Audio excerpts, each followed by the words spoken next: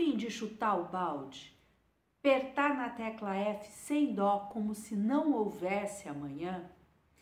Eu atendi agora uma pessoa que estava nessa fase, pelo menos eu consegui adiar, dar algumas tarefas para que ela não chutasse o balde agora, nessa semana, como estava com vontade de fazer.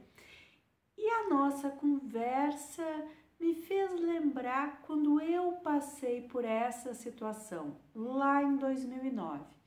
Então, esse vídeo eu tô fazendo para contar para você que quer chutar o balde, o que eu fiz quando passei por essa fase de não estar aguentando mais o dia a dia e como você pode fazer para que essa fase talvez fique menos radical como mudança, ou pelo menos com que você consiga ter elementos de decisão para que não vire um impulso que gere algum arrependimento futuro. Meu nome é Gisele, eu trabalho com técnicas voltadas para autoconhecimento e aqui nesse vídeo, nesse intervalo entre o atendimento e outro, eu quero trazer esses assuntos para você. Caso você tenha alguma dúvida relacionada a autoconhecimento e desenvolvimento pessoal, deixa aqui embaixo nos comentários qual assunto você gostaria que eu tratasse. E é claro, compartilhe esse vídeo, dê like, para que mais pessoas tenham acesso a essa informação e evitem ter ações que depois possam prejudicá-las. Por exemplo, pode ser que você esteja procurando um novo emprego ou se preparando para empreender pelo motivo de não aguentar mais o seu chefe. Para você, é uma convivência insustentável com uma pessoa tóxica. Não vou te dizer que não deva mudar de emprego ou empreender, mas analise friamente se este comportamento do seu chefe é uma percepção de que é tóxico apenas para você ou se é um consenso entre todos da equipe que realmente trata-se de uma pessoa muito difícil. Porque se todos na equipe não suportam essa pessoa, no mínimo, vale a pena identificar por qual motivo a empresa mantém essa pessoa tóxica no comando. Mesmo que seja o dono da empresa, alguma coisa esta pessoa tem para te ensinar. E se você não aprender com ela, com este chefe tóxico, a probabilidade de, no médio e no longo prazo, às vezes até no curto, você voltar a conviver com alguém de comportamento parecido, essa probabilidade é muito alta. Então, antes de chutar o balde, identifique o real motivo de você estar sem paciência e o que você pode aprender com isso. Porque se no time tiver pelo menos um funcionário ou uma funcionária que consegue levar numa boa o comportamento tóxico do seu chefe, vale a pena, antes de pedir desligamento, conviver mais com esta pessoa para aprender com ela como lidar com esta situação. Assim você ganha uma bagagem emocional, mais tempo para no próximo passo se dar melhor. Duas situações nos deixam completamente sem paciência para enfrentar questões simples do dia a dia. Eu já fiz um vídeo aqui no canal falando do estresse escondido, vou colocar aqui no card a indicação, assiste depois desse, porque a rotina do dia a dia pode, no médio e no longo prazo, fazer com que a gente não dê conta de questões simples e nem perceba percebe o quanto está se violentando por fazer atividades a menos ou a mais do que a nossa mente precisa. E existe também o outro fator que nos torna tão sem paciência, querendo jogar tudo para o alto, que é o fato de estarmos em ambientes que estão nos obrigando a aprender alguma coisa.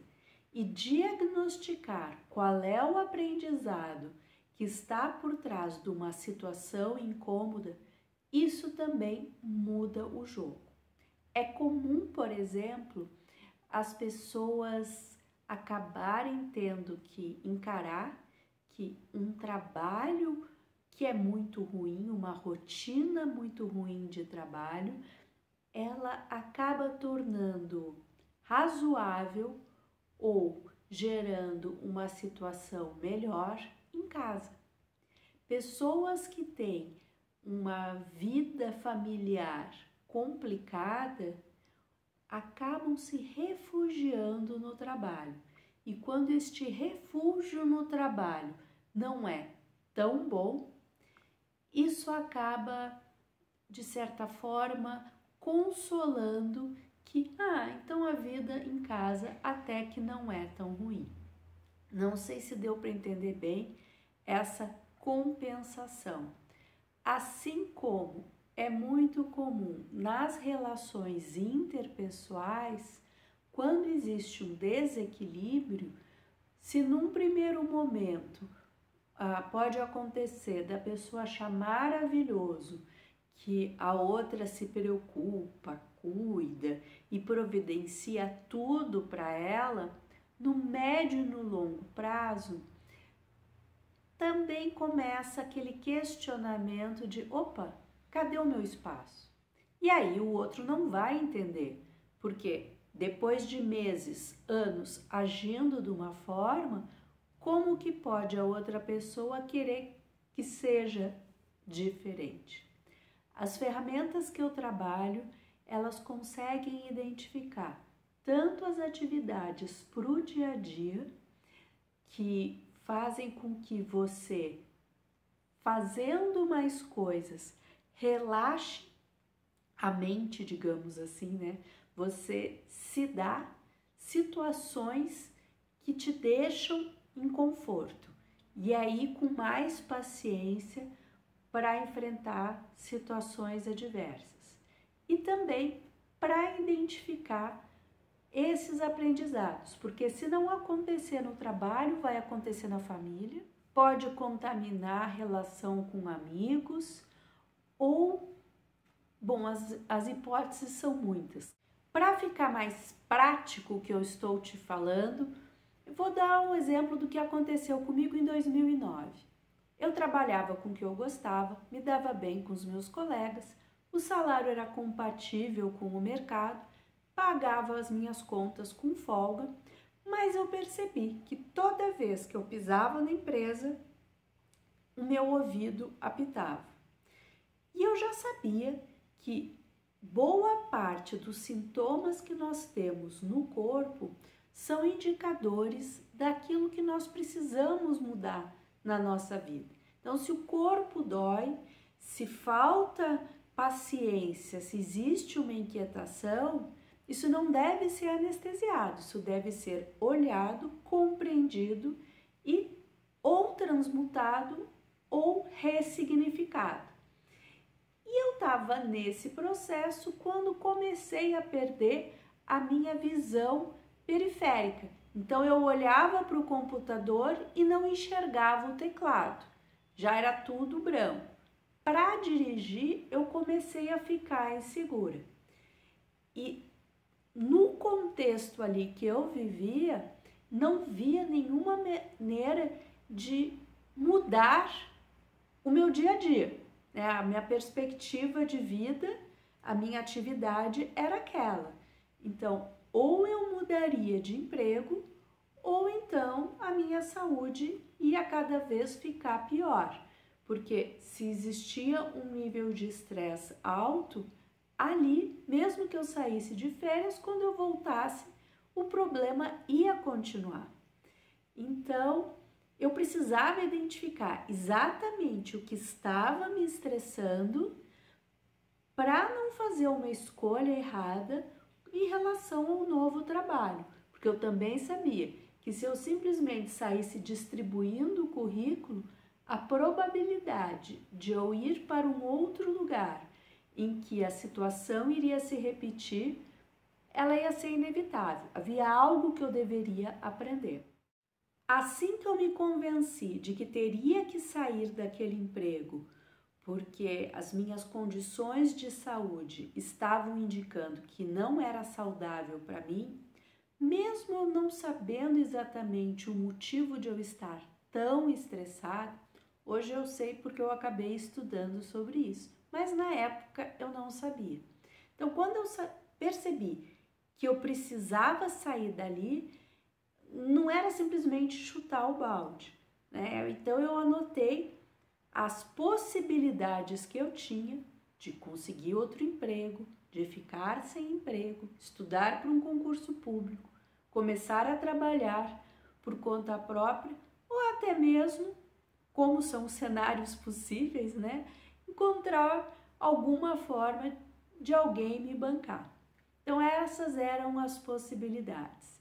E havia algo em comum com todas elas, que era um grande receio que eu tinha de ter que baixar o padrão de vida ou até mesmo de faltar dinheiro. Essa era uma preocupação real. E aí eu coloquei na balança. E esse é um exercício que eu sugiro em qualquer decisão que você tenha que tomar. É o meu cenário hoje, aquilo que está me incomodando ou os motivos pelos quais eu quero mudar o cenário hoje. No meu caso, eram os efeitos físicos, o apito no ouvido, a perda da visão periférica e a probabilidade de eu passar a ter mais problemas de saúde se continuasse ali.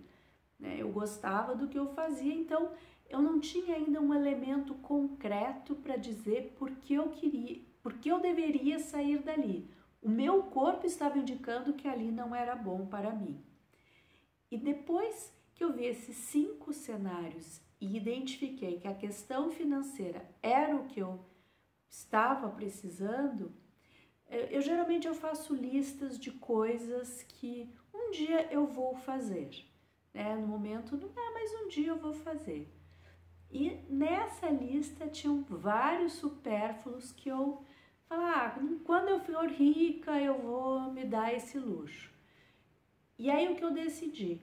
Como eu estava numa situação de estresse, eu fui fazendo cada uma das atividades que eu imaginava que fosse uma coisa assim de dondoca, uma coisa de madame. Eu fui fazendo, fui me dando os luxos. Então, pelo menos uma vez na semana, eu me permiti fazer algo que antigamente eu não faria, mas que se desse tudo errado, certamente nunca mais eu teria oportunidade na vida de fazer.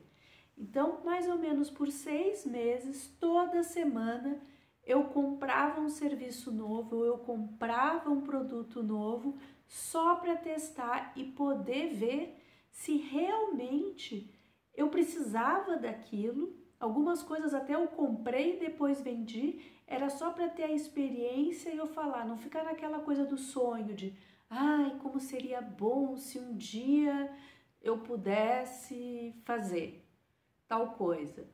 Eu falei, não, quanto custa? Então tá, vou bancar, porque se o que estava me prendendo ao trabalho era um poder aquisitivo para fazer algumas coisas, já ter feito me deixava mais tranquila de assumir o risco, por exemplo, de ficar sem trabalho. É claro que, paralelo a isso, eu mandei currículo, fiz várias entrevistas, assim, os desencontros nas entrevistas foram me mostrando que ou eu inconscientemente não queria outro trabalho, porque os problemas que surgiram foram absurdos, assim, né? Não, eu já tinha passado por transição de uma empresa para outra, mas tanto do lado de lá, quanto eu com problemas de saúde no momento da entrevista e de não conseguir remarcar, isso aconteceu bastante, nossa, nem me lembro, eu praticamente fiquei uns 10 meses me preparando para pedir demissão. E nessa preparação, enquanto de um lado eu estava adquirindo produtos, serviços novos para mim, do outro eu ficava perguntando, será que eu preciso realmente disso que eu costumo comprar?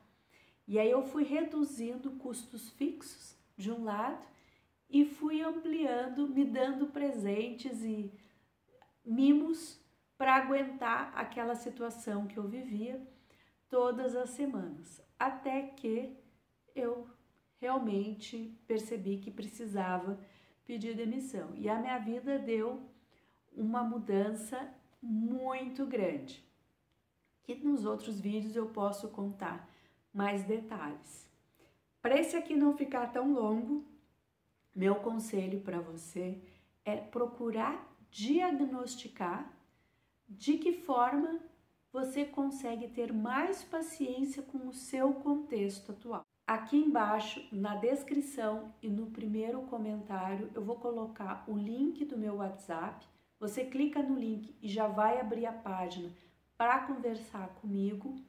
Ali eu posso te explicar melhor como funciona o meu trabalho, mas eu já adianto que existe tanto uma técnica que te dá um alívio imediato em relação a qualquer situação estressante que você esteja passando, como também 2 técnicas de diagnóstico que vão te ajudar a compreender melhor o que está acontecendo contigo e por que é tão difícil passar pelo que você está passando. Uma das técnicas, ela é focada na rotina do dia a dia, e aí eu te indico o vídeo sobre estresse escondido, que também vou deixar aqui embaixo na descrição, e eu falo mais como isso funciona tecnicamente, e também a tabela astrológica, que é uma ferramenta que vai indicar quais aprendizados você precisa ter durante a sua vida. Fica a seu critério começar com qualquer um dos 3, mas todos fazem muita diferença na melhoria da qualidade de vida. Eu aguardo o seu contato. Qualquer dúvida ou sugestão, fique à vontade de comentar aqui embaixo. Se você chegou até aqui, deixa aquele joinha para o YouTube ver que o vídeo é relevante para outras pessoas. Compartilhe para quem você sabe que não está mais aguentando uma situação. E eu te vejo ou num atendimento ou no próximo vídeo. Até breve!